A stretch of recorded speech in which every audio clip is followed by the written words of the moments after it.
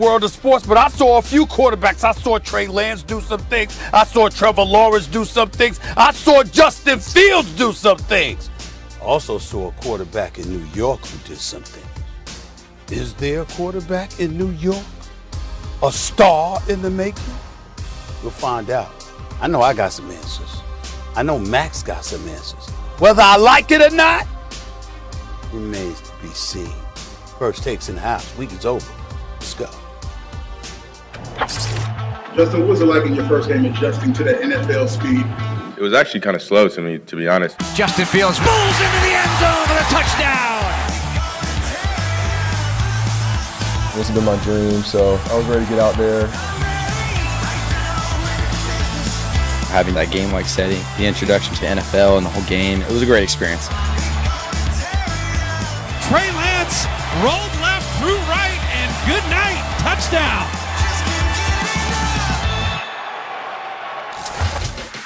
It's Monday. Let's get it. What's going on, everybody? Welcome into First Take. Thank you for hanging with us. Hope you had a wonderful weekend, and thank you for starting your week here. Max Kellerman. Good morning. Good morning. Molly Karen Rose. Stephen A. Smith. Good morning. Good day from the West Coast. How we doing? How y'all doing? Hope y'all had a wonderful weekend.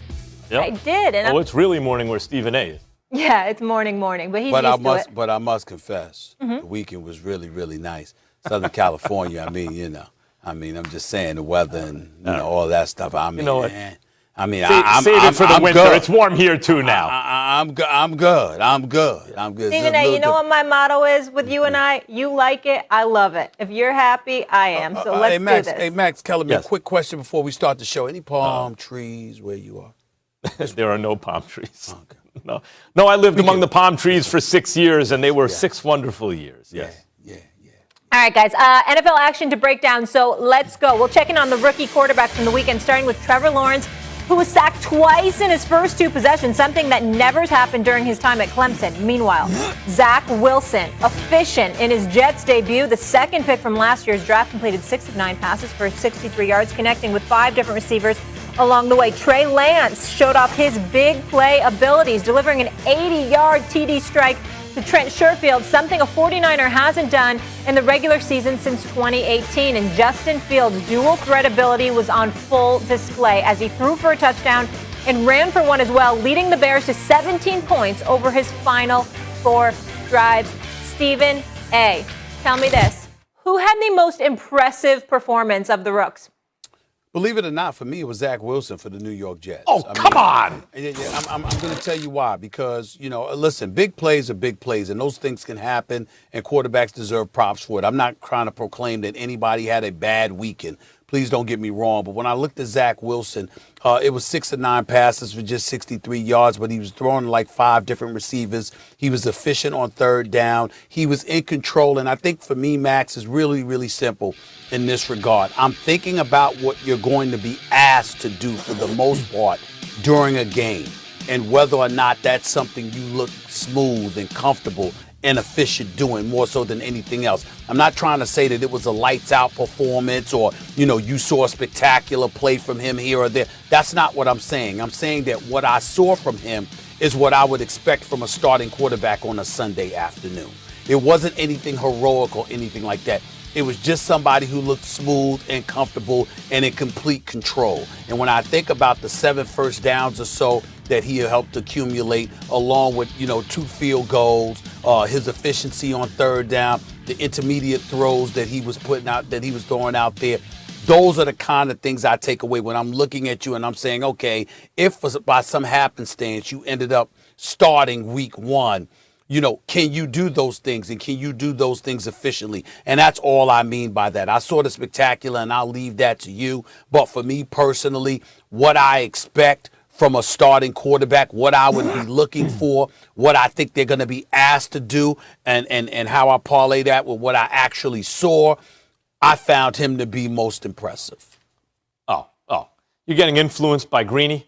I mean, Greeny's a Jets fan. I didn't watch Greeny. I didn't watch Greeny this morning. I usually do, but I missed it this morning. Greeny about 15 minutes ago said he wasn't going to hear on Get Up of anyone other than Zach, the answer being Zach Wilson.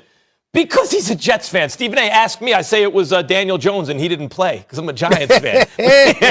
Daniel Jones, that's what. And Zach Wilson, based on what we were hearing out of camp and how he showed up, that's the greatest difference. He looked really good, and we were hearing he looked bad, and he's looked really good. But if the question is just, which it is, who had the most impressive rookie quarterback debut? It's Justin Fields, and this ain't that hard. They all look good to me, by the way. Every single one of them, I was like, wow, these all look like real quarterbacks. But Justin Fields, Stephen A., early on, backed up into his own territory. They don't really call much. They're super conservative. He doesn't do anything. That's fine. Then they take the handcuffs off. Oh, my God. And I thought, after watching Zach Wilson tape, I thought, you know what? Yeah, you can draft him ahead of Justin Fields. But I was very high on Justin Fields, so I get Zach Wilson's talent. But Justin Fields was just making it happen with his arm, with his legs, with his brain. Remember that? Like, what about decision making? Was he taking sacks? Was he taking big hits? He was using his legs to get out of the way, to pick up yards. He's keeping his eyes downfield, completing great throws one after another. This is the modern quarterback. The guy who, it's not just enough to manage the game and have a good enough arm to make all the throws. Can you also make it happen? This is a guy who's going to be able to execute the game plan plus in a weekend where I was really blown away by the talent of all these young quarterbacks. Even the second-year quarterbacks. I thought, boy, there's a lot to like there. There's a lot to like there. But Justin Fields was the star of the weekend. He was the guy who stood out as, I think he's going to be ready to take the ball week one and have immediate success. First of all, I'm not sure about that. I believe in Justin Fields, and I know he's the future of the Chicago Bears, and props to them for ultimately grabbing him. And Dalton's not long for that job, fair enough. And it's good to see how Dalton was supportive of him over the weekend. That was a good thing to see. That's class on his part from a veteran quarterback. Having said all of that, I will remind you that when we looked at Zach Wilson, he converted all three of his third down conversions, a 9-yard, a 16-yard pass to Corey Davis and Keelan Cole. I mean, I looked at that. I looked at a 3rd and 14 that he converted as well. Again, these are the kind of things that you're looking at. When Justin Fields threw that 1 touchdown pass, that brother was so wide open that he threw it to. I mean, my Lord, he could have sat up there and ordered lunch, sat back and ate. You know what I'm saying? Went to the bathroom, came back out before catching the damn pass. That's how open he was, okay? So I look at it from that perspective. Again, I'm paying attention to who your competition is, the level of the rest that you're under at a particular moment in time. I'm thinking about the fact that you sit up there and you're doing the kind of things that they're going to ask of you to do come regular season time. That's what I saw from Zach Wilson. I thought that Justin Fields, even though he definitely was bright, even though he started off slow, came on strong as the game waned and what have you. I just look at Zach Wilson and I say, hey, when I think about a week one starting quarterback, that's what I expect to see. And that's what I saw from Zach Wilson. And that's all I'm saying. He certainly didn't have the throw that Trey Lance had. He didn't have the footwork that Justin Fields displayed. But dropping back to pass in that pocket, you sat up there and said to yourself, this was contradicting what we were seeing in the headlines leading up to that first preseason game, what they were saying about Zach Wilson. And I was impressed. Did. And also, you could just say the eyeball test. When he threw the ball, was there something extra on it? Was there a little extra mustard? Did he have that in the middle of the field, talent? in between the numbers? No doubt. So Zach Wilson's the real deal to me. He showed arm talent. I agree with all that. But let's put it this way. If we knew nothing about these guys coming in, and we watched this weekend and said, who do you think the number one overall pick was? I'd say Justin Fields. Well, let me say this to you. Let me counter that, and he's going to start.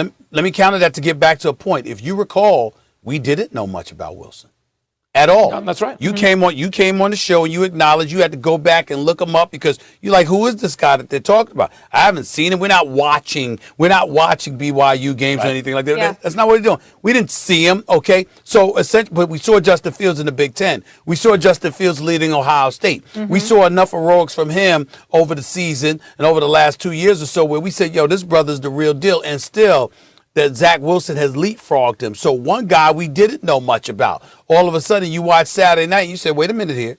Yeah, he's an NFL quarterback. He's an NFL quarterback. Yep. He looks like one. But Justin Fields, to me, looks like a superstar. That's what he looked like to me. He jumped off the screen. It's like, I'm not saying Zach Wilson's going to be better than his him. legs. And let's not forget. I'm not saying Zach Wilson's going to be better than him. I'm just saying what I saw Saturday night. Yeah. I saw what's going to be required of an NFL quarterback. Yeah, I don't know who's going to be the best out of this group, but they got a lot of good players. 10 teams passed on Fields. We'll see how much regret there is. All right, Max, it's only week 1 of preseason football, but this is what we do here. So give me an overreaction.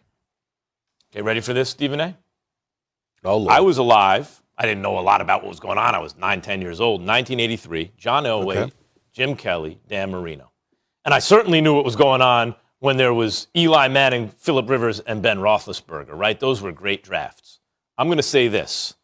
Watching on Saturday, watching this weekend, these guys, and I've never said this before, watching a preseason game number 1 ever, this has a chance. This could be the greatest quarterback draft class of all time. Of all time.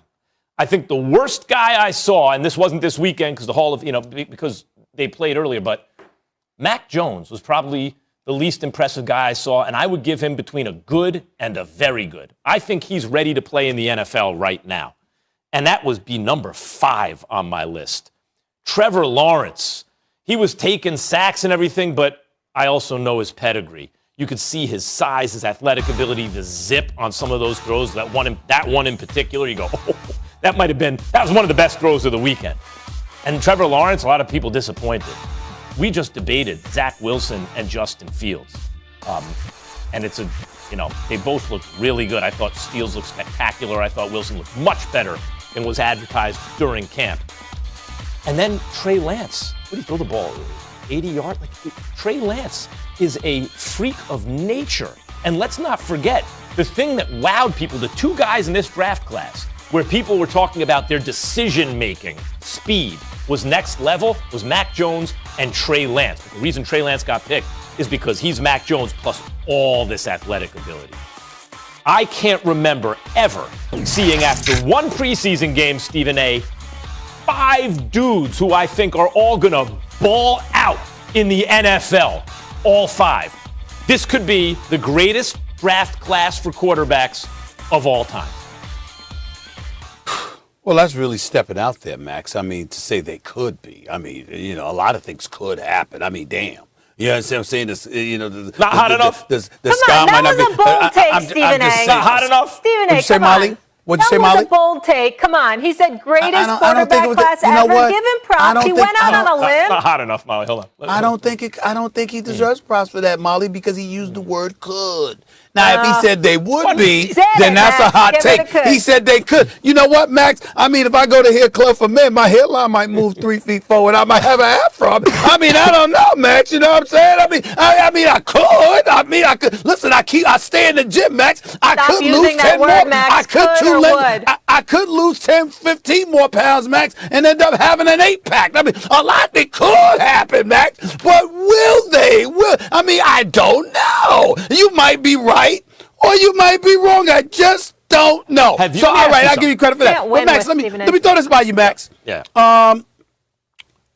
Let's look at this, okay? What about the class involving 2018? Baker Mayfield, Sam Darnold, Josh Allen, and Lamar Jackson. Yep. What about that one? Yeah. What about that one? That's a very good class. What about 2000? What about 2012? What about 2012? Now, I must confess, Max, this is a little caveat here. Because I actually am one of those people that is hoping that one day Andrew Luck decides to come out of retirement and play again. Because I loved me some Andrew Luck. I really did. I believed in him. He was one of my favorites. I love it. I understand. Yeah. But you had Andrew Luck. You still got Ryan Tannehill around. Okay. Russell Wilson. Okay, let remember, he was picked in round 3. Kirk Cousins picked in round 4, but that's neither here nor there. I mean, I'm just saying, when you look, when I think about this class right here, you're talking about all 5. And you will be right if all 5, I mean, if we talking about Lance and Lawrence and Wilson and Justin Fields, I mean, my God, you got 4 of those brothers that show up and show out, you will be right, okay? And I can't definitively say that you're wrong, but what I would say is that if I had to bet my money, Max, I'd say to you 2 to 3 of them. are going to be elite. Well, And if 2 or 3 of them are going to be elite, then we got to take into account those other classes that we just mentioned and say it's comparable. no, you identified exactly why I'm so excited about this class. Because I think Right. all 5 guys are Right. going to be real NFL quarterbacks, like franchise quarterbacks. 5. I don't remember that ever happening. And in terms of the heat on that take, Stephen A., Right. I've never, ever before, after one preseason game, felt this way. Have you? I've never. None of those classes, and some of them are very good. Come on, Max. You know the answer to that question. In reality, you know I don't give a damn. You know how I am about preseason games. You know Right. me. I I'm just get saying, it. I'm just saying, you know I don't get caught up in it, so it means nothing to me. I mean, I'm answering your question. I'm showing you the respect, and I don't knock you for what you're saying in all seriousness. But preseason games means nothing to me. That's why. It's like I just watched the first couple of drives from the quarterback, or I watched them for as long as they stay in. I always make sure I have a bowl of cereal while I'm doing it, even though I refrained from that this week, and I actually ate a bowl of oatmeal, Max. I was eating a bowl of oatmeal while I was watching. That's good. Oatmeal. What'd you put? Hold on. Wait. Whoa. What'd you put in the oatmeal? Whoa. What'd you put in the oatmeal? Oh, Blueberries and bananas. You got it. wow. You got Blueberries it. and No, bananas. you got Wow. it. And by the All way, right. Molly, Did you put milk in or non-dairy milk? No milk, What happened no there? milk, Molly, no milk. Huh? I did the rice milk thing. I did the rice Yeah, milk. or Wow. let's go take a little sugar, a little More almond More milk without fiber sugar. intake. Better, but okay. Look at you Molly, with the I'm oatmeal. surprised. I eat that Do every you day for not breakfast. see- Do you not see how good I look right now? I mean, You are in a pretty good mood. It's like ridiculous. It's like blinding I'm trying to me. work it out. I can't even stop looking at you. It's getting I'm uncomfortable. going this way. I mean, it's I know. incremental. I'm crawling, but I'm going this You're way. like J-Lo. I'm going You're this like way. that fine wine. You know what I'm saying? Hey, like hey, Jennifer hey, Lopez. You just hey. keep getting better. You know, I'm and I trying don't to even have join a that haircut club with yet, you. So this is a beautiful thing. It's a beautiful thing. Little cinnamon helps with that too. Listen. Cinnamon's good Max? in the Yeah, oatmeal. oh, yeah, Yeah. with banana, little cinnamon, banana, and I'll tell you cinnamon what else. You put a little honey in there. Or a It's really little good. nutmeg, But this yeah. is what I'll I know say, about the Stephen. honey. I didn't know about the Yeah, cinnamon. just a little bit. Okay. Oh, Okay. oh yeah. All right. Now, this is what I'll say about that. Yes, if I were to come out today and after one preseason game, which you admit you don't put much stock in, None. were to say this will be the greatest quarterback draft class ever, that'd be the scorchingest hot take of all time. That's right. That's Sorry, right. I can't That's deliver that one because there's just not a big enough sample size. It's one preseason game. Some of these guys are Okay. playing against second and third stringers. But I've never in my life Take felt like some this fire, before. Max. I've never felt like this before, watching and thinking there are five studs in this class. Like, it's difficult for me to think that Justin Fields won't be a star. I think he's going to be a star. Trey Lance, I think, is going to be a star, and he's with Shanahan. Right. Trevor Lawrence has people disappointed today. I'm very confident Trevor Lawrence is going to be excellent this season, let alone going forward. My biggest question mark, and Zach Wilson, I believe in, is Mac Jones. Because in this day and age, if you are not mobile, boy, you better be great in all these other Belichick areas. believed in him. He was at least really good. And who believed in him? Nick Saban and Bill Belichick. Well, and he's at least really good. I would remind five you- dudes? I would remind you there are former picks like Jamarcus Russell and Jeff George and Ryan Leaf. We wish them nothing but the best. We hope that their lives are prosperous and they're moving forward. But as football players that were picked in the top, in the top 2 or top 5, Marcus Russell number 1, Ryan Leaf was number 2. I forgot what Jeff George was. Even though they had all the talent in the world, didn't end up reaching fruition. So I don't get caught up in preseason games. I got to make sure it's the regular season games, games that actually count. And I have to see what you actually do over the course of a few weeks before I think about engaging in such hyperbole. Listen. You came up just had to do with that. good alternatives to the Just had to do 83 class and the Big Ben and Eli and Phillip Rivers class. You brought up a couple of good classes that went 3-4 deep, 3-4-ish. I agree. Those are good pulls. And by the way, Molly, This one might go 5. Okay, as an don't let as him an dim your aside- light. As It's a an hot take. aside, Molly, I kind of like the I don't know what that damn color is. I know it looks like dark orange in the middle. I don't know what it is on the outside, but it looks good. It's a little looks color blocking. I'm trying. You know what, Stephen A? looks good. Pretty soon I'm going to do some fall shopping. It's no tax week here, so you let me know when you're ready. I'm happy to go shopping with you again. We'll have a good time. Hey, you that let me is know. not a Virtually. joke. Well, That no, is I'm not a serious. joke. Molly You took let me me know when you're shopping back a in few New York. years ago. We'll go. Why Wait wait till he gets to New York? He can She just did her FaceTime thing. from Rodeo Drive. No. They got all the stores on I Rodeo. like playing stylist. It's fun for me. So when right. you're The back, Golden Triangle. when you're But I'll back come in back to NY, New Stephen York. A, let's do it. I'll come back to New York to shop with Molly. Yeah. Oh, yes. Yes. Molly know her thing. Molly know how to do her thing right there. I know exactly where we'll go Absolutely. to. All right, guys, we'll keep it rolling. Still to come here on First Take. I think, I was expecting it to be a little bit faster, but, practicing, game speed, going at it with my teammates every day. And, of course, we have a great defense. So me going against them every day, it definitely slowed the game up a little bit for me. All right, former NFL linebacker Sam Acho, former Bear. With us. Good to see you, sir. Stephen see A, you, Sam. do you What up, Stephen like A? Fields saying this? I love it personally. Listen. Here's the deal. You're qualified to say it not because you're certainly not because you're a rookie or anything, but when you have to go against that defense on a daily basis in practice, that's what he was really speaking to. That's where his confidence come from. He wasn't somebody sticking out his chest saying, man, I'm Justin Fields. I'm from Ohio State. I was competing for national championships. I'm used to the big stage. This is who I am. That's not what he was saying. What he was saying was, look, I go against some elite brothers in practice who've been in this game quite a while, who know what the hell they're doing.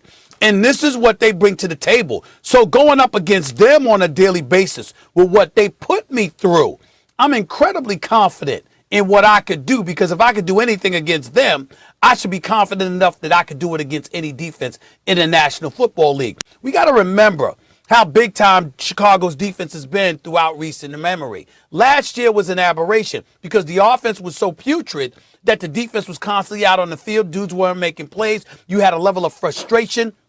We were wondering whether or not Matt Nagy was going to keep his job along with Ryan Pace because it was just too many question marks. We were constantly reminded that they had picked Mitchell Trubisky, moved up in the draft to get him, passed on Patrick Mahomes and Deshaun Watson. We knew all of these things. And the city of Chicago, the fan base itself, obviously some dudes on the defensive side of the ball as well, although none ever spoke publicly to decry the offense, they were incredibly frustrated. And so last year was last year. This year, when you look at their skill positions, one would argue that they're more skilled than they've been. They've got quickness, they've got speed. For the most part, they're reliable. Even though you still got Tyreek Cohen, recovering from that ACL injury. So they're looking at their roster right now with Mooney and Robinson and these boys, and they're saying they can do some things, even though Robinson had the day off Saturday.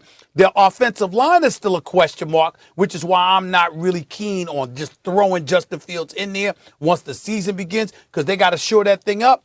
But basically, I took no offense to what he was saying. I didn't think it was some young kid talking out of his you-know-what. I thought it was a young kid saying, I'm going up against some big-time brothers on the defensive side of the ball in practice every single day.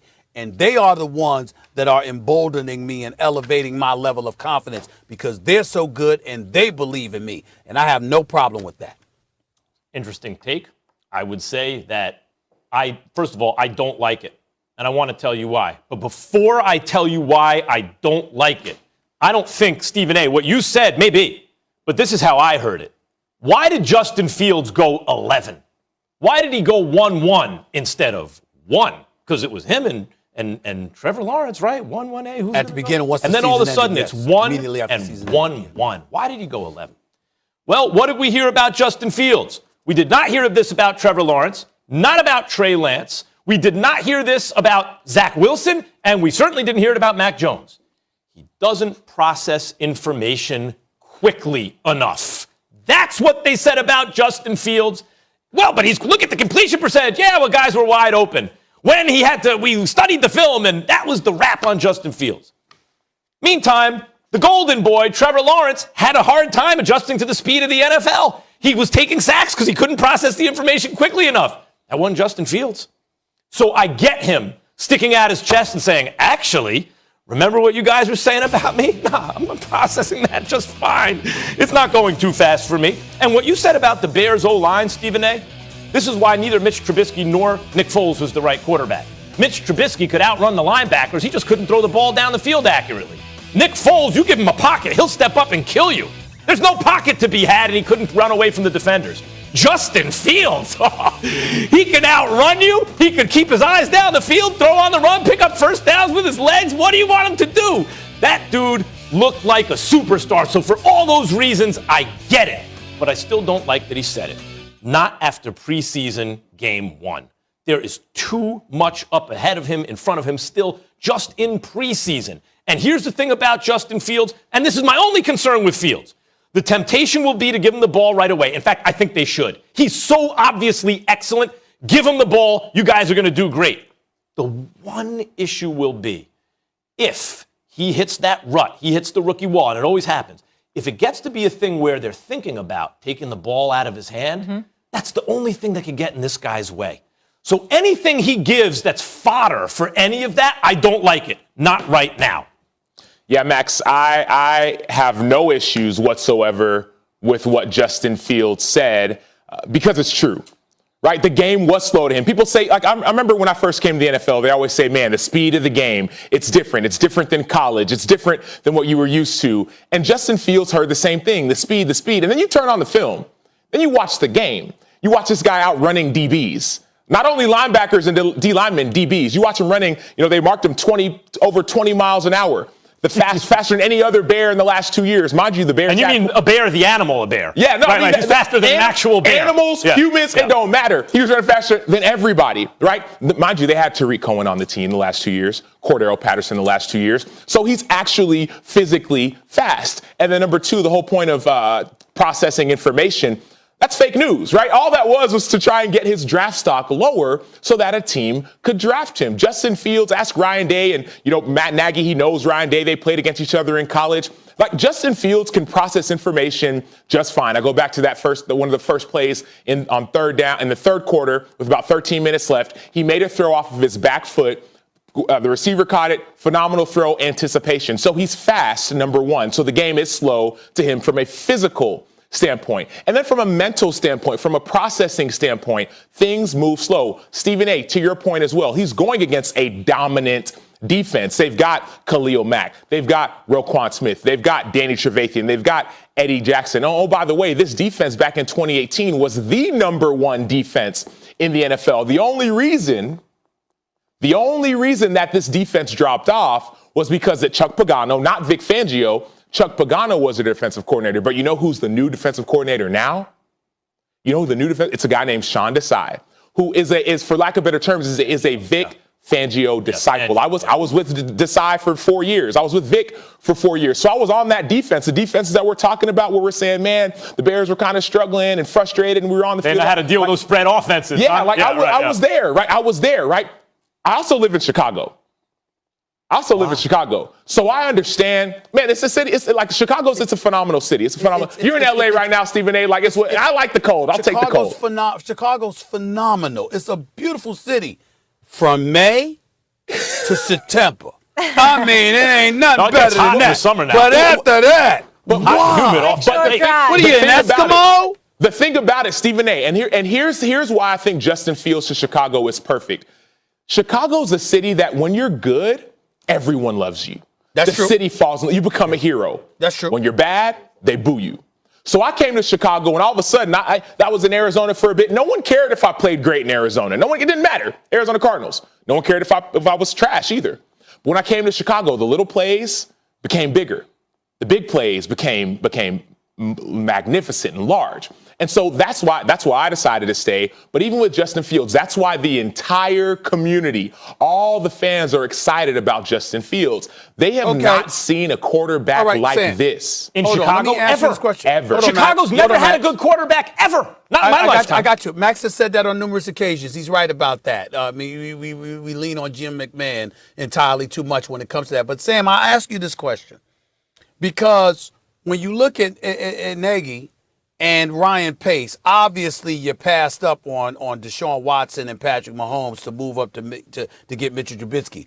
You brought Nick Foles there. That hasn't exactly worked out. I mean, Nick Foles is on the roster and literally politicking for the Indianapolis Colts to come get him. I mean, that's what he did last week, about a week and a half ago or so, okay? So as we sit here and we talk about Fields, I have a 2-part question for you. A, what kind of pressure is on Nagy and Pace, and B, because of that pressure that we both know exists, because Chicago they've already made it very, very clear they ain't pleased with what the hell they've been seeing, okay? With that being said, do you put him in week 1, or do you exercise a little caution and say, let's give him a few weeks to make sure he masters this and buy some time to buffer our offensive line so we don't throw our rookie star to the Wolves? What are your thoughts on that? Yeah, that's a great question. The answer is that you wait. You do not put Justin Fields in week 1. And here's why. Think about this. When you're a rookie quarterback, when you're a rookie at anything, it takes time to learn. And I believe Justin Fields is actually ready. But there's a risk versus a reward. First of all, let me point to your question about pressure. The pressure in Chicago. My last year in Chicago was Matt Nagy's first year in Chicago. The year before we drafted Mitch Trubisky. There was pressure. The fans were booing when Mitch wasn't doing well. Mind you, they were cheering when he first got in because Mike Glennon was the quarterback. So there's pressure there. The last 2 years, 8-8 last year, 8-8 the year before, 1 year playoffs, 1 year not. So there's been pressure because the Bears haven't performed. But by trading up to number 11 and drafting Justin Fields, both Matt Nagy and Ryan Pace bought themselves a few extra years to alleviate some of that pressure. The answer to alleviating the pressure isn't putting Justin Fields in right now. No.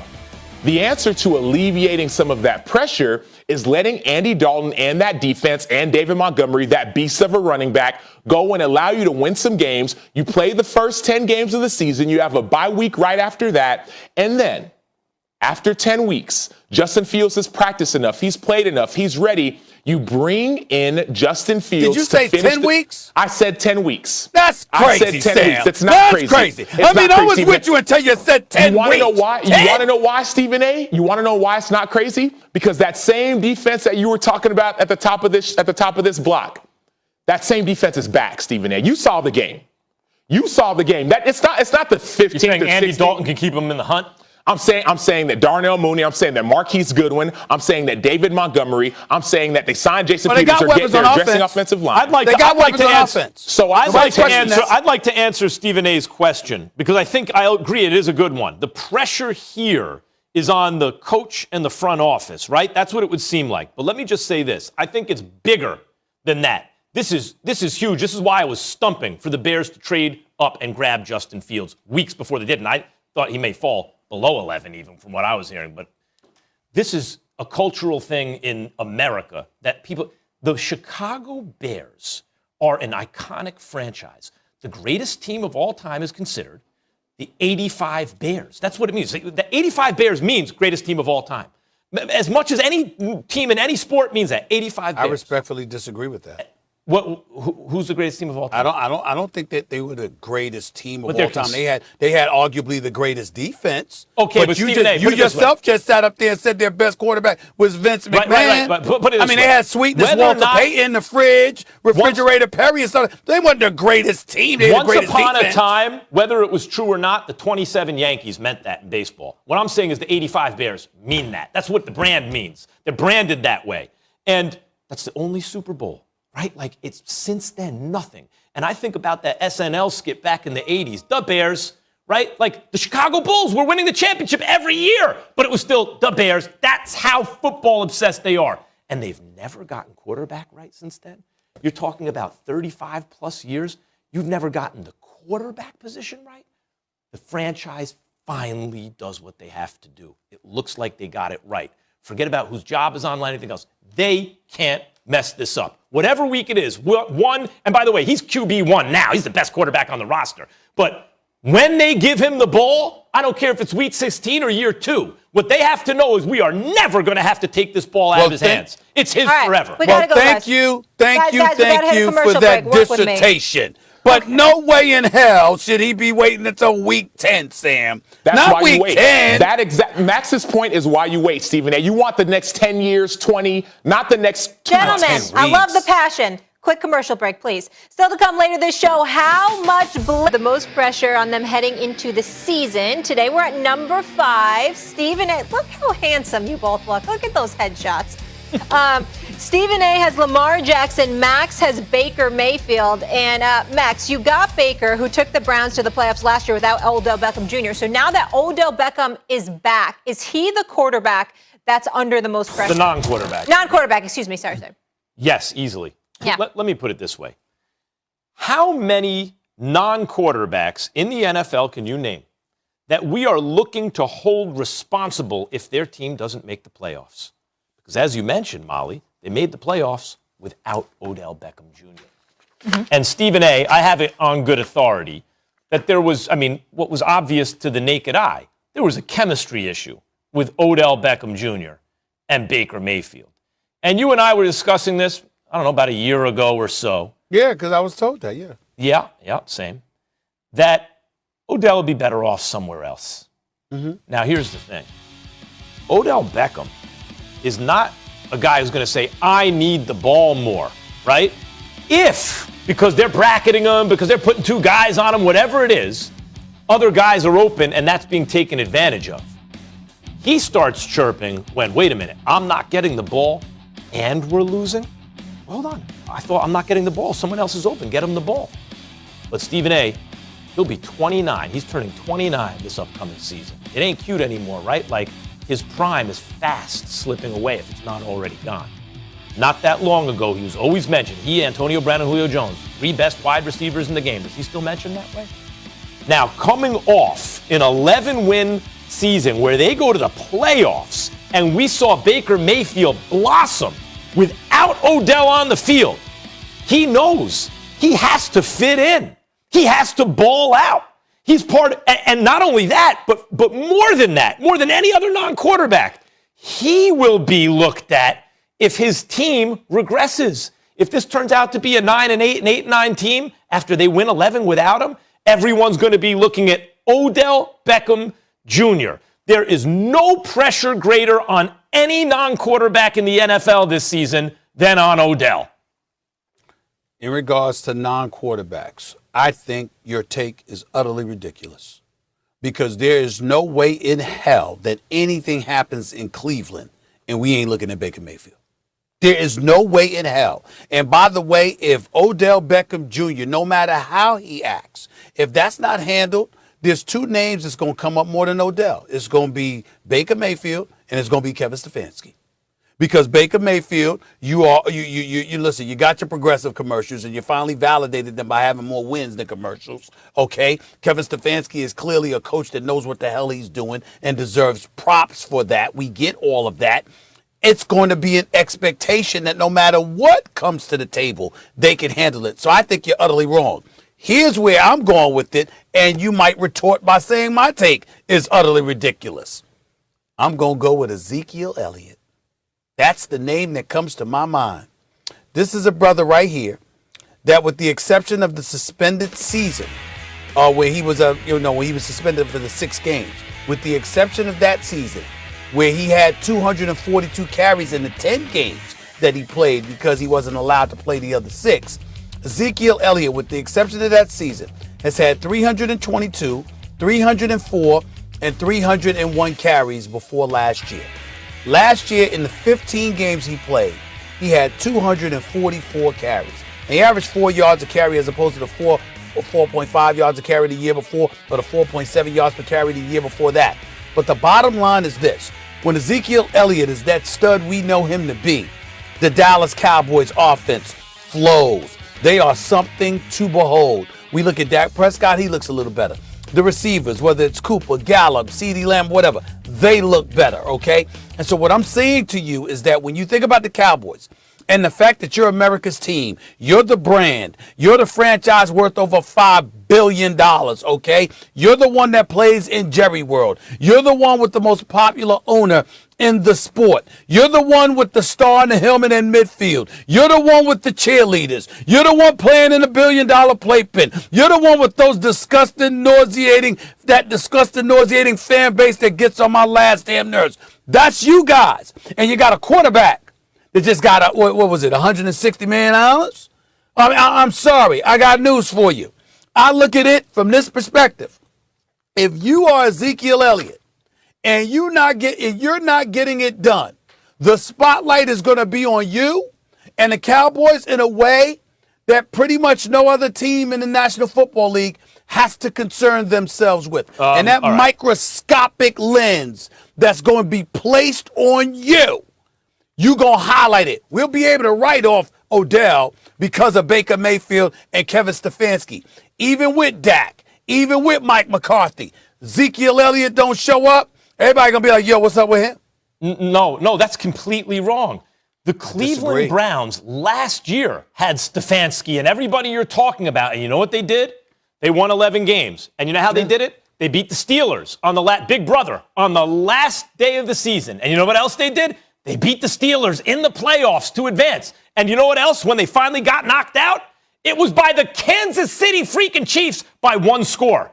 They are trending in the right direction. It was all without Odell Beckham Jr. Now Odell comes back. Now, compare that to the Cowboys. Who's everyone actually looking at on the Cowboys right now? Dak. He's been the story. Know who else? The O-line's coming back healthy. Know who else? The 3-headed monster at receiver, Cooper and CeeDee Lamb and Gallup. That's what we're looking at. And Ezekiel Elliott, we see he lost weight. He should be better. It's not that there's no pressure on him, but to compare the pressure on him where there are so many other places to look in Dallas to a guy joining a team that's forever been the punchline of jokes, who finally won in the playoffs, who finally beat the Steelers, who finally, got to the playoffs and then won in advance. He comes back and it falls apart. That's all on Odell. That's the most pressure. Nope.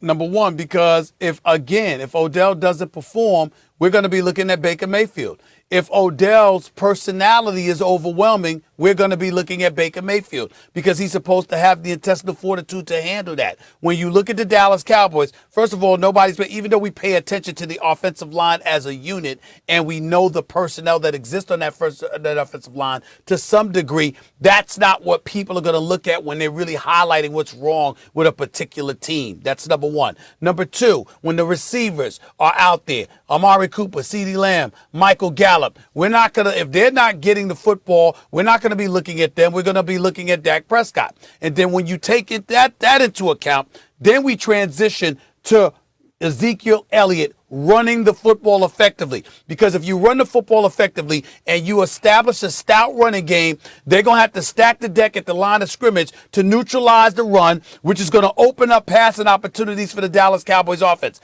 If he doesn't do that, this is going to put more pressure on Mr. Shoulder Injury now, not leg injury, Mr. Shoulder Injury in Dak Prescott to throw the football under duress to those receivers because Ezekiel Elliott ain't running the football effectively enough. I'm telling you, they're going to look at Ezekiel Elliott and their expectations are going to be that he needs to step up and produce at a very high level. The difference is behind the Cowboys' offensive line, if it's healthy, any running back will be decent. Now, you're right. If Ezekiel Elliott wets the bed, as you would say, that's going to be really bad because he has all these other things, including an offensive line.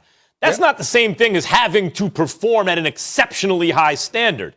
Again, you said everyone's going to look at Baker Mayfield. Baker Mayfield had the 10th highest QBR in the NFL last year, won a dozen games to include the playoff game against the Steelers, and barely lost to the Chiefs. That's all without Odell. If he falls apart or the Browns regress with Odell, there is nowhere else to look. Yes, it is. One-word they're going to answer say here. you didn't handle him. Shut job to handle him. We're going to break. I need a one-word answer. One word. More wins, Browns or Cowboys? Stephen A. first. Cowboys. Max? Browns. All right, we'll leave it there. Did Packers fans love what they saw from their backup quarterback over the weekend? The guys debate whether Aaron Rodgers' successor looked the part versus the Texans. Plus, with Drew Brees enjoying the good retirement life, all eyes on Sean Payton. Do the Saints have a quarterback conundrum on their hands? Stephen A. about to sound back clean, but a source told Adam Schefter, Packers coach Matt LaFleur said Sunday that Love's status for practice this week for this preseason game number 2 is uncertain. It's Saturday against the Jets. Stephen A., and what you did see, I understand it's a very small sample size, especially with everything I've just highlighted. Did Love look like Aaron Rodgers' successor? I mean, well, what does that mean? I mean, a successor is somebody that just comes in after you. Yeah, it doesn't mean they're comparable to you. I mean, I certainly didn't see that. Listen, it was nice, the screen pass that he threw for a touchdown. And then I'm looking at, what is it?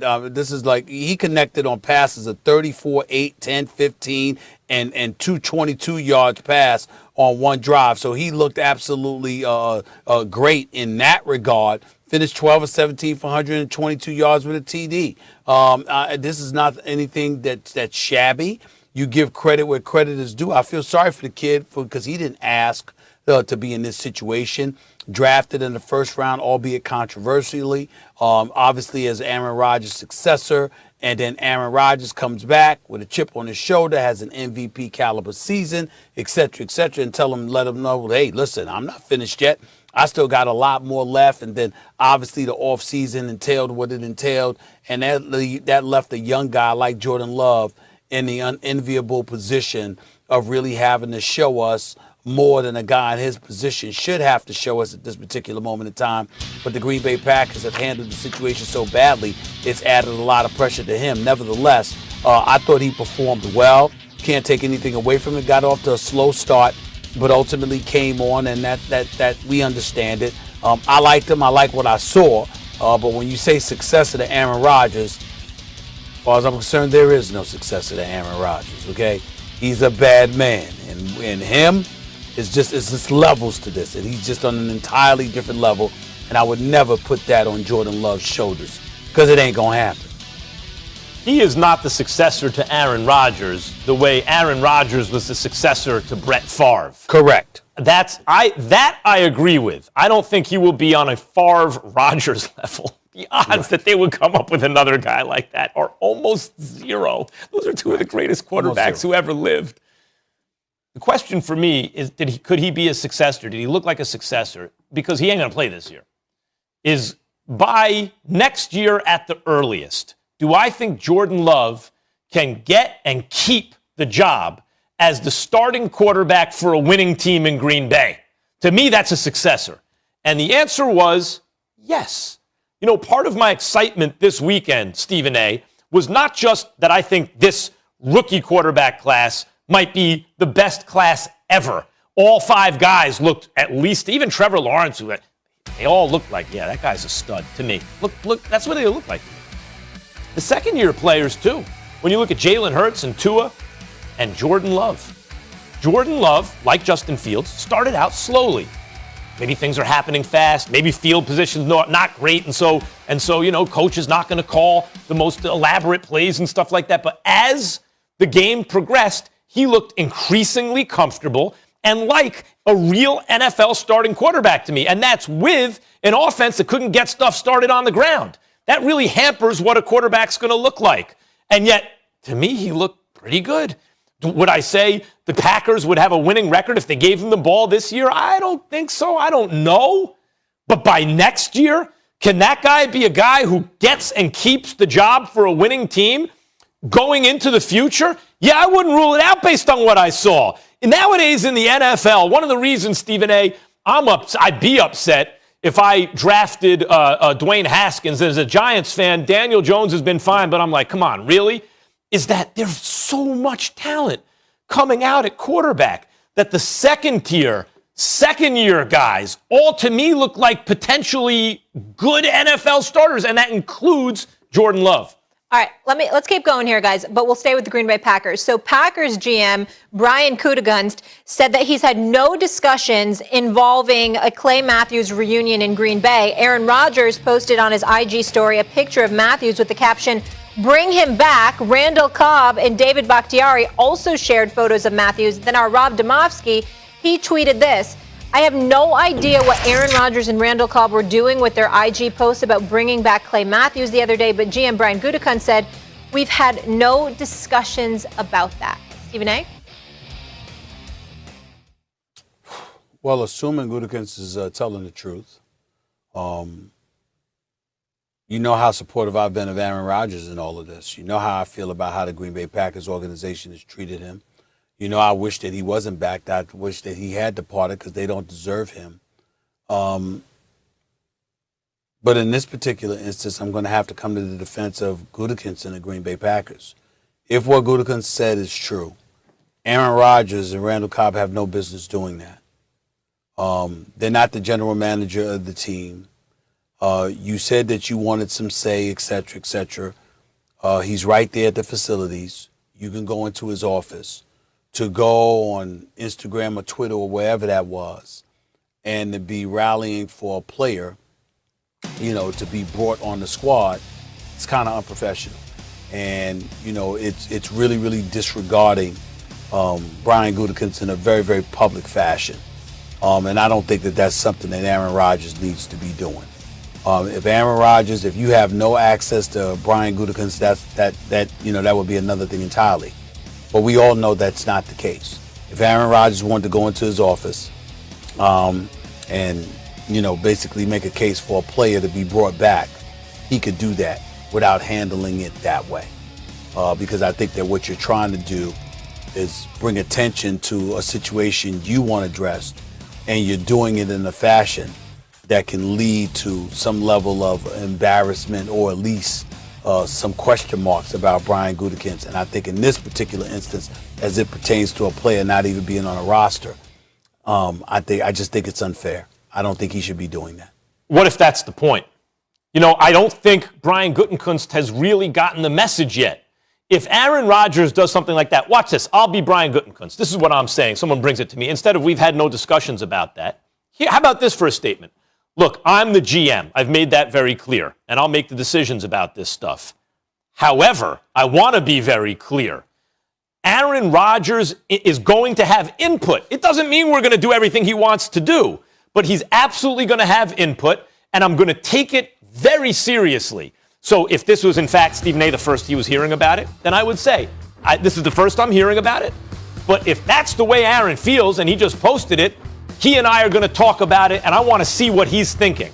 You have, Brian Gutekunst, 1 year to change Aaron Rodgers' mind. That's what we're dealing with. You must change his mind. And maybe his mind is set in stone. There's no way to change it. That's not really what I've been hearing from him, actually. I think if you asked Aaron Rodgers to handicap it, he'd be like, yeah, I'm out of here. That's my feeling based on what I'm hearing and what's been reported and what Aaron Rodgers has said publicly. But Aaron Rodgers seems like an open-minded, kind of intellectually curious kind of person to me.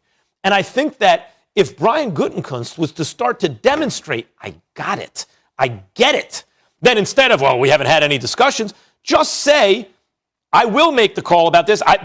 We haven't, but if Aaron is tweeting this, then he must think this. Like, I assume that he's interested, and I want to hear his explanation because he will. Like, I want to hear from it. You have to show him that. Max, maybe Aaron Rodgers is fishing for that here. No, it's a great point, because even if you disagree with the message, I understand what you're saying, that he could deliver it differently and finesse it a little bit, and he seems to be bullish not to. I know we just got a short quote, but there's none of that. He's just flat out saying that didn't happen, and I think there is a way to say it a little bit more gently, and it doesn't seem to be something he's willing to give on. In a way that shows that you've received the message, that you're taking it seriously. Or you're on the same team, right? Yeah, that you value the guy's opinion, even when he's being provocative. If he's provoking, use that as an opportunity to show, wait, it doesn't have to be the way it's always been around here. Yeah, be the bigger person. I don't know. All right, we'll leave it there. Saves the Clippers $30 million in luxury tax and creates an $8.3 million traded player exception that they will have a year to lose. Max Kellerman. Did the Clippers improve? They did. And this was a good trade for the Clippers. You know how I say you don't want to trade, break a dollar into 4 quarters in the NBA, but you want to turn 4 quarters into a dollar? Mm-hmm. This is more like 2 quarters into a 50-cent piece. Eric Bledsoe can attack the basket. You give up Patrick Beverley, he's a defender. Rondo, high basketball IQ, but Rondo's getting long in the tooth. Like, he really has been in decline, and we saw it even like playoff Rondo didn't. When playoff Rondo didn't show up, that tells you he's just getting older. And Patrick Beverley was never a dynamic offensive player, but he could play some defense and, give you that fighting spirit. Well, Bledsoe does the same thing. He can do defensively and even maybe be more disruptive defensively sometimes based on his athletic ability. Than a guy, than what they've lost. And meantime, he's a player who can get to the basket and score. And they have shooting on the team, so Bledsoe's not a great shooter, but it's not as much of an issue. In fact, the spacing may even help him attacking the basket. This is the Clippers just got better because they got the best player in the deal. Max, I disagree with you. It's not that I'm saying that Patrick Beverley is better than Eric Bledsoe, because I'm not. And I like Eric Bledsoe. He's not a scrub. He can play really strong as well, and he can put some points up, and I get that point. So technically speaking, you're right about him being a better player. But I got to tell you, I'd rather have Patrick Beverley come postseason. And last time I checked, the Clippers are trying to win the championship. This is what it is. The Los Angeles Clippers, a legitimate argument could be made, should be standing here today as NBA champions. If Kawhi Leonard had gone down near the end of the Utah series, a lot of people believe the Clippers would have beaten the Phoenix Suns. And I'm not ruling that out. Not with Kawhi and Paul George playing the way that he was playing. With Kawhi averaging 30 on 57% shooting from the field and 39% from three-point range before he went down. But then when you take into account, the Energizer Bunny that Patrick Beverley was, his ability to defend, and he actually was hitting some key, not in abundance, but he was hitting some key pivotal shots. End of the Utah series, obviously a couple of games against Phoenix. I just look at it from the standpoint that being the professional Hall of Fame pest that he is, somebody that doesn't just goes out there and plays, but really, really tries to get into your head. I don't see that in Eric Bledsoe. I see a guy that just goes out there and plays hard. He doesn't cheat you. He's got game. He can play, but he's not somebody that's an Energizer Bunny that provides that kind of spark. And I think that come postseason time, particularly when you look at the Western Conference, I think those kind of intangibles are things that you need to get you over the hump. And I don't see that being Eric Bledsoe, which is why he was gone from Milwaukee and why they had no problems trading him for Drew Holiday. And ultimately, he was saddled in New Orleans before, and ultimately Memphis before he ended up being back in Los Angeles with the Clippers. I think that Beverley is going to be a loss. Mm-hmm. All right.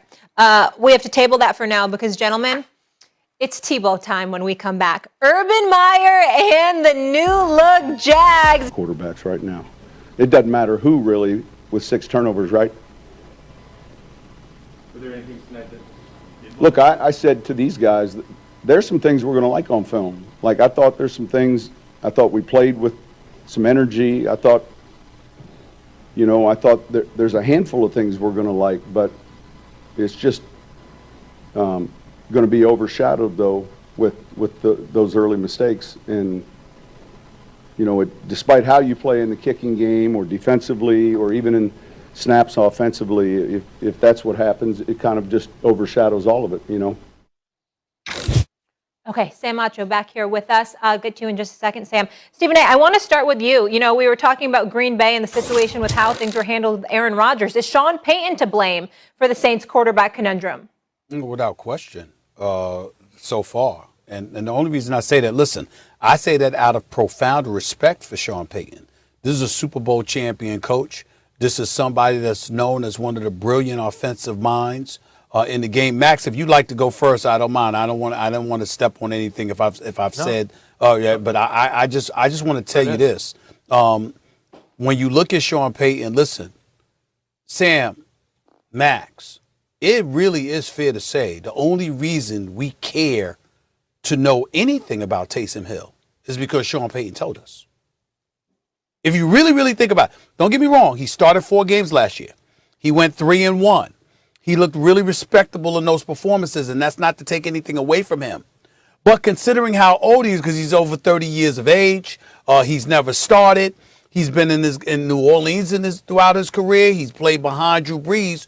We never paid any attention to Taysom Hill until Sean Payton told us this was somebody that was worth paying attention to. We saw him on special teams.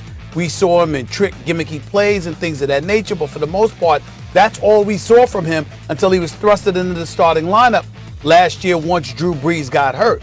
And so because of that, we thought he was going to be the heir apparent, particularly since you had Jameis Winston in the lineup, but Sean Payton still elected to go to him. All right, well, fast forward to this year. Drew Brees is officially gone. He's retired. He's going to be in the NBC booth. We wish him nothing but the best. I think he'll do a great job. But it comes down to Jameis Winston and Taysom Hill. And since Taysom Hill had gotten the call, over a guy who had started the previous 5 years in Tampa Bay in Jameis Winston, albeit that last year he threw 30 interceptions to go with his 33 touchdowns. The fact remains that we looked at Taysom Hill and we said, okay, this must be the guy. And so when you come into this season and there's no decision that's been made, that Sean Payton is still undecided, his acumen for football, his knowledge, and his brilliance being an offensive mind, for him to not be in a place where he can definitively say, Taysom Hill is my guy, is an indictment against Taysom Hill. And I don't think there's any way to look at it, because since that Sean Payton is the guy that said, this is the guy you should believe him, we should have expected him to be a bit more definitive about Taysom Hill. And if he's not more definitive about Taysom Hill, either Taysom has dropped off or Sean Payton was just wrong. I can't put this all on Sean Payton. First of all, he's not the GM. Mickey Loomis. The coach is also responsible for drafting the quarterback and everything. Look, here's the bottom line. Here's the bottom line about Taysom Hill. You're right, Stephen A. Sean Payton told us in Miami a couple of years ago, Taysom Hill is going to be he's going to be a good quarterback. He may or may not be wrong about that. Time will tell. Taysom Hill is kind of a miraculous athlete. He's known as a gadget player, but boy, those are some gadgets. I watch Odell Beckham Jr., for example, take batting practice at Citi Field, hit home run after home run. I see him throw a spiral with his left hand 50 yards. I see him kick a soccer ball. Odell Beckham Jr. is one of the best. If the Martians came down and said, take us to your greatest athlete, you might take him to LeBron, you might take him to Odell, but Taysom Hill is kind of one of those guys. He runs a 4.45 40. He's a genuine running back. He can actually catch passes, and he can play quarterback according to Sean Payton. Now, could I see how a coach might fall in love with that guy and think he can maybe do that a little? No one wants to make Odell a quarterback, even though he can throw the ball, right? Because it requires more than just throwing the ball. But he looked at Taysom Hill for a good long while and thought, I think he could do it. Now, he's on the same team with Drew Brees. He didn't get the job before he was 30. That tells you he ain't going to be a Hall of Fame quarterback. But Sean Payton thinks he might be a quarterback, and he might be right. By the way, this is a copycat league. We were just talking earlier. Sam, you brought up Fangio's disciples are everywhere, right? Just like Shanahan disciples are everywhere because things catch on in the NFL. It works. Could it not work with a Wildcat if you had Taysom Hill and Alvin Kamara? That can't work, or at least part of an offensive package that could work. He ain't going to replace Drew Brees as the next Drew Brees. But at the time, when it was either of getting more expensive Teddy Bridgewater or the unknown who he believed in Taysom Hill, he said, you know what? I don't think we're better off with Teddy Bridgewater and paying him than we are with Taysom Hill, who I think we can develop. And the jury is still out there. But even so, is he to blame that Taysom Hill is not Drew Brees? No. Are you sure that Taysom Hill can't be a successful NFL quarterback? I'm not. I haven't ruled that out yet. Well, hold on for a second before Sam chimes in. Nobody's asked. I just want for clarification. Nobody's asking him to be Drew Brees. We're asking him to be a starting quarterback in this league because because Sean Payton told us he is. So if that's not going to be the case with Sean Payton still the coach in New Orleans, that's a problem. Sam, floor is yours. Absolutely. Well, I have a couple issues with some things that I've heard from both of you. So I'll start with Max, if you don't mind. Max, first of all, I don't think anyone on earth wants to hear Taysom Hill in the same conversation as Odell Beckham when it comes to being a phenomenal athlete or LeBron James. Let's just start there, number one. Number two, some of the things that you named off that Taysom Hill does really, really well. You said he can catch the ball really well. He can cover kicks really well. Then you said he can play quarterback according to his coach. But according to the film, he can't play quarterback. Taysom Hill is not a quarterback. He's a slash guy. He's a specialist. He's a receiver. He's a return man. He's not a quarterback. Now, we went back there and won some games. They were 3-1, but he's not a quarterback. The reason they were 3-1, the reason that they won, let's just watch turn on the preseason game. Look at his interception. Good quarterbacks don't make interceptions like that. They just don't. They just don't. I see quarterbacks make stupid passes all the time.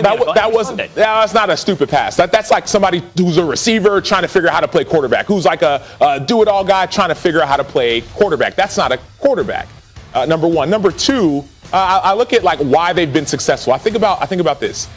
Sometimes success can be good for you, but sometimes it can hurt you. Sean Payton in the last 2 years is 8-1 without Drew Brees as his quarterback. So he's had success. In 2019, Drew Brees missed 5 games. All of a sudden, Teddy Bridgewater, 5-0. Right? Last year, Drew Brees gets injured. All of a sudden, Taysom Hill, 3-1. He won some games. But even last year, when we watched those games, like as a football player, football fan, no one was watching, and this is to Stephen A's point, because you said, oh man, he was playing a little bit quarterback. No one's watching those games and saying, wow, this guy's our next quarterback. Like I know, Stephen A, you said, man, well, Sean Payton made us all believe that Taysom Hill was the next guy. No one, at least on the outside, at least people who know the game, believe that Taysom Hill is going to be a successful quarterback in the NFL. He's a good gadget guy, to Max's point. Like, he's a good gadget guy. Maybe you do some Wildcat stuff. Maybe you have a package for him. But if you watch football, you're not thinking that Taysom Hill is going to lead this team to the win of the division. Hold on, Sam. We'll defer to you. You played. We didn't. I'm deferring. When we say our expectations with Taysom Hill, just so for clarification, we're talking Sean Payton came on the show and talked about Taysom Hill. And so and talked about said how the same thing off camera. So in other words, it's not me watching football trying to be Sam Ocho and thinking I know football like you do. Oh no, sir. This is me telling you, because and I've told Max this on many occasions. That's the danger about somebody like me as a reporter. You see, I get to sit back and listen to you. Yes. In other words, Sean Payton came and talked about it. And so then all of a sudden you had other players talking about it. It's like, wait a minute now. Well, who is this guy? What you got? And so when we say, oh, no, this was the expectation, we ain't saying we saw it from an analytical perspective. We're saying, damn it, they came on here bloviating about that stuff. And it ain't true. And that's why I believe that Sean Payton is at fault for this conundrum, for this lack of quarterback. And I agree with you to that point. Yeah. Sean Payton is at fault because like, I think about the defense, right? They were a 6th-rate defense last year. Like, they have some dogs on defense. I think about Michael Thomas. Think about Alvin Kamara. Like, there are some weapons. And so all of a sudden, I think what happened here, I think what we're all seeing here is a super confident, brilliant offensive mind in Sean Payton, who knows how to win games with no matter who else is back there. But he's also always had his backup plan in Drew Brees, who he knows in a couple weeks, Drew Brees will be healthy. For the last decade, Drew Brees has been the quarterback for that team. And so Sean Payton is at fault. And then last thing, and I'll end here. Max, she made the point that, well, Mickey Loomis is the GM and, Sean Payton doesn't make the No. Sean Payton makes the decisions. And I know that. When I tore my pec, I tore my pec, was done, cut from the Bears. I tried out for the Saints. And there was an assistant GM on that team who said, hey, we really, really want you. But you know who didn't want me? Sean Payton. You know why I didn't end up signing with the Saints? Sean Payton calls the shots. He calls all the shots. One thing I want to say. It's his fault. Sam, one thing I got to say, and you could say, however you get there, you get there. Like, technique is a means to an end. If you can achieve an end and the technique doesn't look perfect, you're doing it a different way. And I'll give Sean Payton a lot of the credit, etc.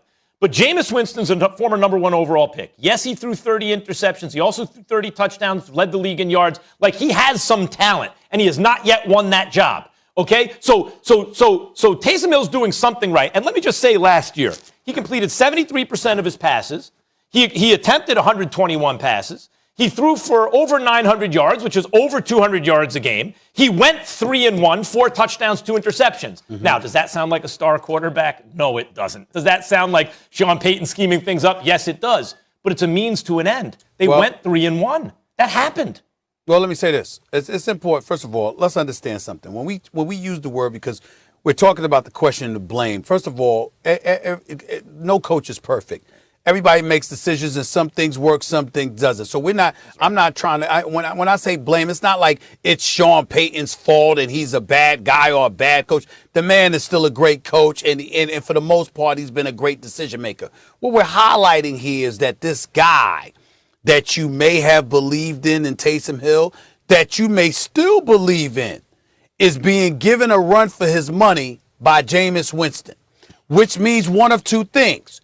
Jameis Winston has elevated his cachet since arriving in New Orleans and has now compromised Sean Payton's plan initially as it regards Taysom Hill, or Taysom Hill has dropped off from what Sean Payton expected, and as a result, that's why he finds himself in this kind of quandary. It's one of the two, and if it's one of those two things, either Sean Payton misread Taysom Hill or he miscalculated what his expectation should have been about Jameis Winston. It's not a crime. It happens all the time. We're just highlighting the fact that that's the reality right now. Or maybe Sean Payton isn't as brilliant as he thinks. He's been able to do amazing things. He is one of the best offensive minds in football. That's what I mean. Yeah, but and then he said, man, I could do it with Taysom Hill. Last year, 3-1, we could do it. All of a sudden, it's not just a week-by-week game plan. Max, the stats you named off, solid sacks for a quarterback, but a lot of that is game plan. Watch the film, right? But think about a 17-game season. Think about Tampa Bay now runs this division. You can't beat Tampa Bay with Taysom Hill. But Sam, he's not saying. But he's not talking about. But keep this in mind, fellas. He ain't talking about Taysom Hill that showed up in week 1, 2, or 4, or 5 and hasn't performed. He said that he's got questions before one preseason game was played, which means in training camp. Yes, he's not seeing something. That's it. In practice, and I can't blame Sean Payton. If that's the case, I don't know if we could just look at Sean Payton and stop there and say he may not be as brilliant as we thought. There's got to be something happened. I would just ask who is to blame, because Sean Payton has been believed. He's the decision maker. He has the final call. He's the one who came on the show and said, "Hey, man, this guy's great. This guy." So if it's not Sean Payton, if he didn't evaluate something wrong, I'm gonna give it to him. Great. Guys, you're writing the epitaph before we have the evidence. The bottom line is he was 3-1 last year. Let's see what happens this year. We saw a preseason game. We saw a preseason game. Preseason game. To me, it feels like it's going to be Jameis Winston. Max, you're right, unless Max, we start the season and Jameis Winston's the quarterback. Yeah, see, that's what I think. But then that's an epitaph right there. I think it's going to end up being Jameis.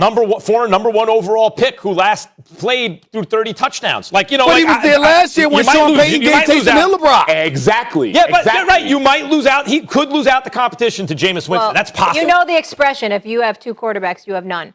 We'll leave it there. Sam Acho, always a pleasure. We will talk to you soon, sir. Great. And that's like anything, like the first play, you're a little bit, especially first game here in the NFL, like you're a little bit nervous, but then after that, you're just playing ball. So definitely felt that setting in, was feeling more comfortable.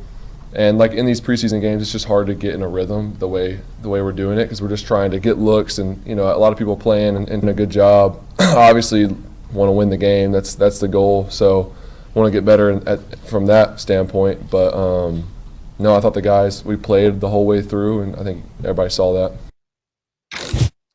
All right, Stephen A., we've talked ad nauseum about how good Trevor Lawrence is and how much we expect of him in the NFL. So with that being said, was his debut disappointing to you? Listen, it's hard for me to say. I wanted to see more.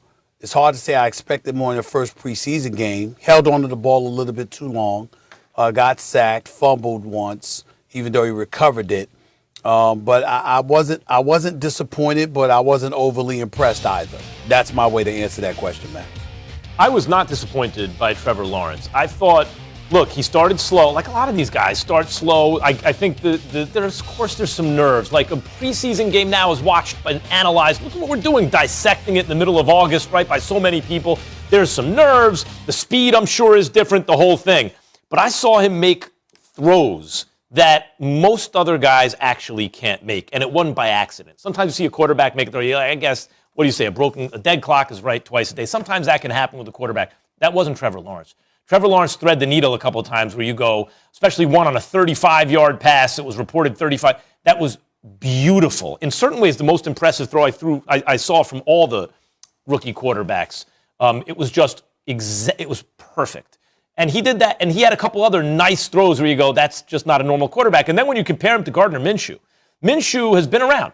We know he's not a good starting quarterback, but if you have him as a backup, he's a competent NFL backup quarterback. And Trevor Lawrence was better than he was. The offense was better with Trevor Lawrence on the field. Now look, the expectations for Trevor Lawrence couldn't be higher. We were debating this on the show the other day. Like, every quarterback comes with some weaknesses. Does Trevor Lawrence won a championship in college? Like a genuinely fast, 6'6", rocket arm, like laser precision. reads defenses, the pedigree, the whole thing, not like just a one-year starter or something like that. Where's in the minus column? So I guess by his lofty standards, the opposite of Zach Wilson, we're hearing bad things out of camp, and we say, oh, no, actually, that's good. Trevor Lawrence maybe didn't live up to the hype in game one, but I can't say I was disappointed. I saw why he was drafted where he was, why we were so high on him to begin with. He's a very, very talented guy.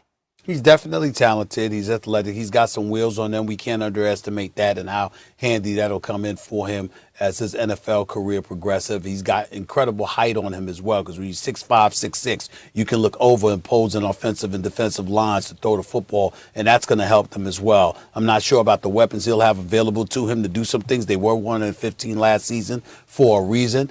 Obviously, the good news about that is there's nowhere to go but up. But I will tell you this. The level of scrutiny that he will have is compromised to some degree in this regard. Normally, we'll just look at him. Here's the issue. What you pretty much started off the show with, Max, and talking about those other quarterbacks. Zach Wilson and Justin Fields and these boys and Mac Jones and all of them are balling. Trey Lance, of course. Then obviously you're going to look at Trevor Lawrence and say, what's up? If you don't see some things from him. Again, it's just one preseason game, nothing to write home about or whatever. But in the end, if other people are playing lights out, you're going to ask yourself, what's up, Trevor? What's up? At some point in time, if you continue to see an elevation in play from the other guys in his class. Absolutely. Another topic I want to get to here, guys. Yesterday, we got a preview of how strictly the NFL plans on enforcing their taunting rule this season, as Colts running back Benny LeMay was flagged after carrying a pile of defenders for 10 yards. Max, will enforcing the rule like this become a major problem? Let me take a page out of Stephen A's book. Please put the camera on me. I want to say this directly to Roger Goodell. Commissioner, Roger Goodell, I beg you. We don't want to be sitting here talking about this is why the NFL is the no-fun league. It must seem to you, Commissioner, that everyone's taking gratuitous shots and it's just grist for the mill and we like saying that. No, we love the NFL. We love football. We don't want to see this. Please reconsider that rule this year. That was a disaster. Any head coach would tell you, if you take 8 guys 14 yards and you're amped up about it, just like the audience, just like your consumers are. We're all amped up about it. It was amazing. And you take 15 yards away, all that work to go 14, and because he's excited, 15 get taken away. That is a self-inflicted wound. That's an unforced error. Please, Roger Goodell, reconsider this before the season starts. This rule is a disaster. Well, I completely and totally agree with you. I'll just say it to you in a different way.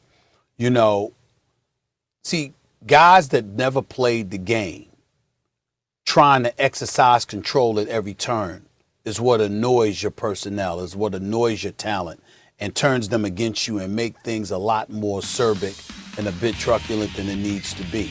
The fact of the matter is that something like that is not a big deal. Now, they can go out there and stop them next time.